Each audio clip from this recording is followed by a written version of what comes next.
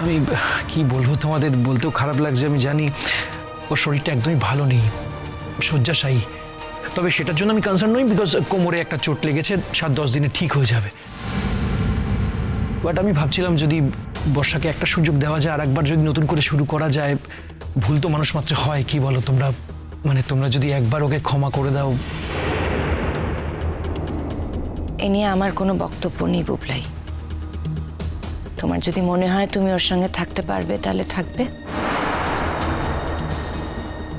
দেখো, আমি মুখে মধু দিয়ে কথা বলতে পারবো না। আমি তোমার নিজের লোক, আর তাছাড়া আমার বয়স হয়েছে, আমি যে কোনো দিন পৃথিবী ছেড়ে চলে যেতে পারি। দেখো, আমি নিজের কাছে সৎ থাকতে চাই, সেই জন্যই বলছি ওই মেয়ের সঙ্গে তুমি সুখী হতে পারবে না।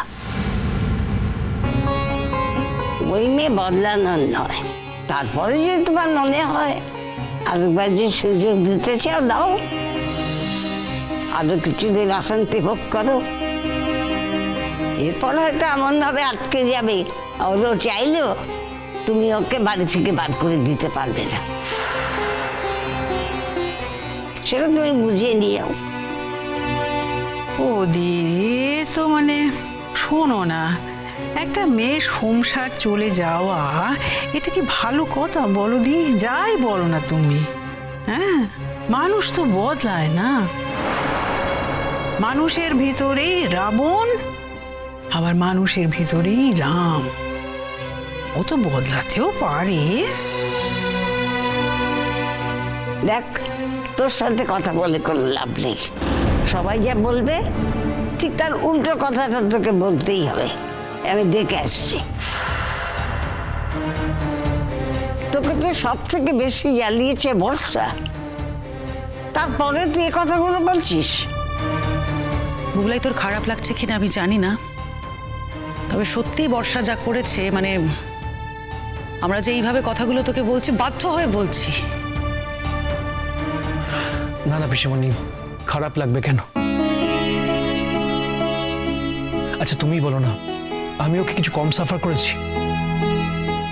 আমি কি কম সহ্য করেছি? আমি তো সব দেখেছি নিজে চোখে। হ্যাঁ, তখন আমি অন্ধ ছিলাম, কিন্তু এখন আমার কাছে সবটা পরিষ্কার। আমি বুঝতে পেরেছি কোনটা ঠিক কোনটা ভুল। আমি আর বিশ্বাস করো কোনো ভুল হতে দেব না।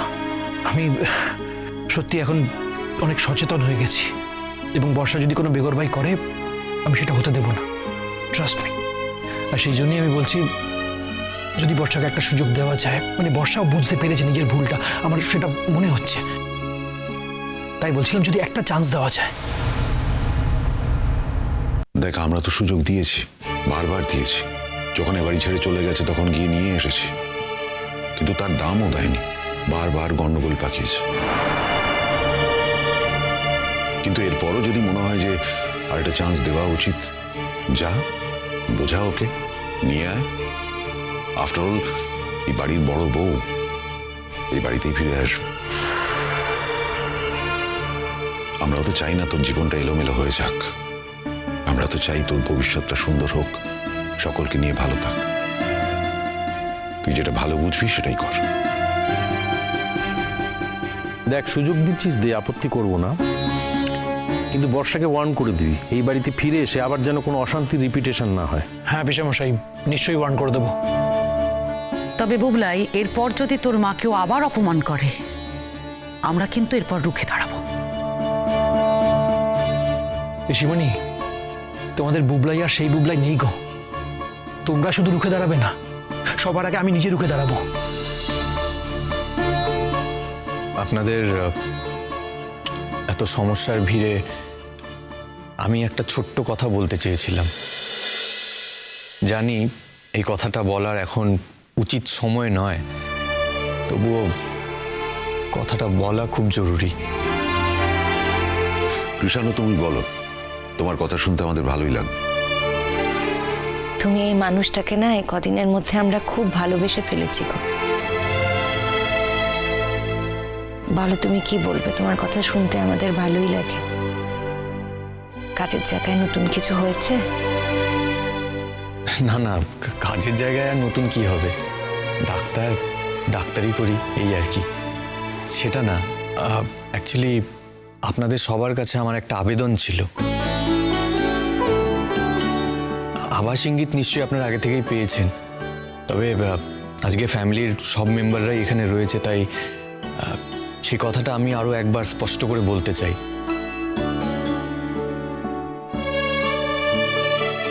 আমি মিঠিকে বিয়ে করতে চাই। তুমি তো বলেছো আগে, এটা নিয়ে তো কথা হয়ে গেছে। বাবা, আমাদের তো এ নিয়ে কোনো আপত্তি নেই। মিঠির উপরেই নির্ভর করছে সবটা, মিঠি যা বলবে তাই হবে। আমি শুধু একটা কথাই বলেছি, আগেও বলেছি, এখনো বলছি, আমাকে দয়া করো না। দয়া করলে আমি তোমায় বিয়ে করতাম নাকি? মিঠি, দয়া করার আরো হাজারটা উপায় আছে। একই কথা বারবার বলে কেন আমাকে ছোট করো বলো তো? Do you think I really deserve this? বারবার একই কথা বলো আমি তোমাকে দয়া করছি। আরে আমারও তো খারাপ লাগতে পারে, আমিও তো একটা মানুষ যাকে ভালোবাসি, যে মানুষটাকে ভালোবেসেছি। আজকে তাকে ভালোবেসে তার সাথে বিয়ে করার জন্য তার বাবা মায়ের কাছে, বাড়ি ভর্তি লোকের সামনে তার হাত চাইছি, তার সাথে বিয়ে করার অনুমতি চাইছি। আর তারপর তুমি আমাকে সেই একই কথা বলছো আমি তোমাকে দয়া করছি। প্লিজ আমাকে এভাবে কষ্ট দিও না, আমার খারাপ লাগে। আমার জায়গায় দাঁড়িয়ে এই কথাটা মনে হওয়া অস্বাভাবিক নয়। But I request you Mithi, please, এই কথাটা শুনতে না আমার কষ্ট হয়। ঈশ্বর তোমাকে অনেক ভালো রাখুন, তোমার ভালো করে, তোমার খুব ভালো হবে, আমি বলছি। আমি এই কথাটা সবার সামনে বলতে চেয়েছিলাম, মানে ফ্যামিলির সব মেম্বার থাকবে সেখানে, কিন্তু বাবিলকে বলা হলো না। বাবিল তো নেই এখানে। বাবিলও নিশ্চয়ই খুব আপসেট, ওর জীবনে যা চলছে। এনিওয়েজ, আমার কথাটি ফুরলো, নোটে গাছটি মুড়লো। এবার কিন্তু দিনক্ষণ দেখার দায়িত্ব আপনাদের। আর আপনাদের বাড়িতেও তো একটা অন্য বিয়ে নিয়ে প্রস্তুতি চলছে। আমি কিন্তু খুব দেরি করতে চাই না। আমি কি একবারও বলেছি আমি এখন বিয়ে করতে চাই? এটি তুমি বলনি, কিন্তু আমি বলছি, কারণ তারাটা আমার আছে। কিসের তারা? বলছিলাম না বাইরে অ্যাপ্লাই করব। মিঠি, তোমার ক্যারিয়ারটা তো আমি এভাবে নষ্ট হতে দিতে পারি না। বিয়ে করে এখানে ঘর সংসার করবে, কোনো রকম একটা চাকরি করবে, এটাই কি তোমার উদ্দেশ্য ছিল? ছিল না তো? তাহলে তাই তুমি যে অ্যাপ্লাই করে রেখেছো, তোমাদেরও তো কিছুদিন সময় লাগবে সবটা গুছিয়ে নিতে। ততদিনে আমি যদি একটু গুছিয়ে নিতে পারি, পরীক্ষাগুলো ক্লিয়ার করে যদি বাইরে যেতে পারি, সেই জন্যই তারাটা আছে। আর তোমার বাইরে যাওয়াটা যেহেতু ডিসাইডেড, সেহেতু আমাদের বিয়ের পর আমার যাওয়াটাও কিন্তু একটু সুবিধের হবে, তাই আমি তারা দিচ্ছি। সেই জন্য বিয়ে করাটা খুব জরুরি। তবু এত কিছুর মধ্যে তুমি যে শুধুমাত্র ওর ভালো ভেবে, ওর কেরিয়ারের উন্নতি হবে এই সমস্ত ভেবে বিদেশে যাওয়ার কথা বলছো, শুনেও খুব ভাল লাগছে বাবা। তোমার বাবা মাকে একদিন আসতে বলো না, না তো আমরা যাই ওনাদের সঙ্গে দেখা করতে। বাবিলের ব্যাপারটা মিটুক, তারপর না হয় একদিন। বেঁচে থাকো বাবা কৃষ্ণ, খুব ভালো হোক তোমার মতো ছেলে যেন ঘরে ঘরে জন্ম নেয়। ঠিক আছে, আমি বরং ওদের সবাইকে একদিন নিয়ে আসবো। তোমার বাড়ির লোক জানে? মানে?